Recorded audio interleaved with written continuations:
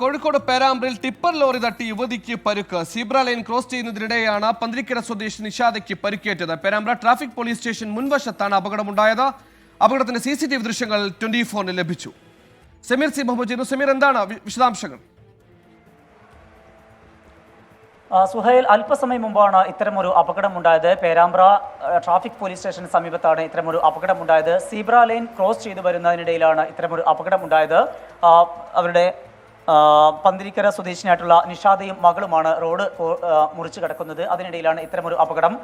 അതിന് ഈ സീബ്ര ലൈനെ തൊട്ട് പിറകിലായിക്കൊണ്ട് ഒരു ബസ് നിർത്തിയിട്ടുണ്ട്. അവിടെ ആളുകളെ കയറ്റുകയും ഇറക്കുകയും ചെയ്യുന്നു. അതിനെ മറികടന്നെത്തിയ ഒരു ടിപ്പർ ലോറിയാണ് ഇത്തരത്തിലൊരു അപകടത്തിലേക്ക് കാര്യങ്ങൾ എത്തിച്ചത്. നമുക്കറിയാം, സീബ്ര ലൈനിൽ ആളുകൾ ഉണ്ട് എങ്കിൽ അത് കാൽനട യാത്രക്കാർക്ക് പ്രത്യേകമായിട്ട് തയ്യാറാക്കിയതാണ്. അതുകൊണ്ട് തന്നെ അവിടേക്ക് എത്തുമ്പോൾ വാഹനങ്ങൾ പതുക്കെ മാത്രമേ പോകാവൂ എന്നുള്ള കർശനമായിട്ടുള്ള നിർദ്ദേശമുണ്ട്. പക്ഷേ ആ നിയമം പലപ്പോഴും ആരും പാലിക്കാറില്ല. അത്തരത്തിലൊരു സംഭവം തന്നെയാണ് ഇപ്പോൾ പേരാമ്പ്രയിലും ഉണ്ടായിട്ടുള്ളത്. വേഗത്തിൽ എത്തുന്നു. ഒപ്പം തന്നെ അശ്രദ്ധയിലുമാണ് ഈ ഡ്രൈവർ വാഹനം ഓടിച്ചത്.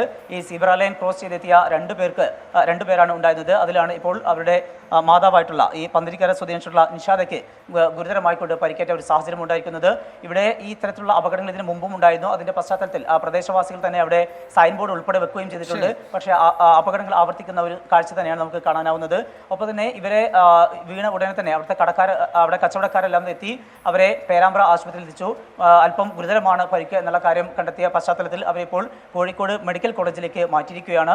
ഈ ടിപ്പർ ലോറി ഇപ്പോൾ പോലീസ് കസ്റ്റഡിയിൽ എടുത്തിട്ടുണ്ട്. തുടർ നടപടികൾ ഉണ്ടാകുമെന്ന് തന്നെയാണ് പോലീസ് അറിയിക്കുന്നത്.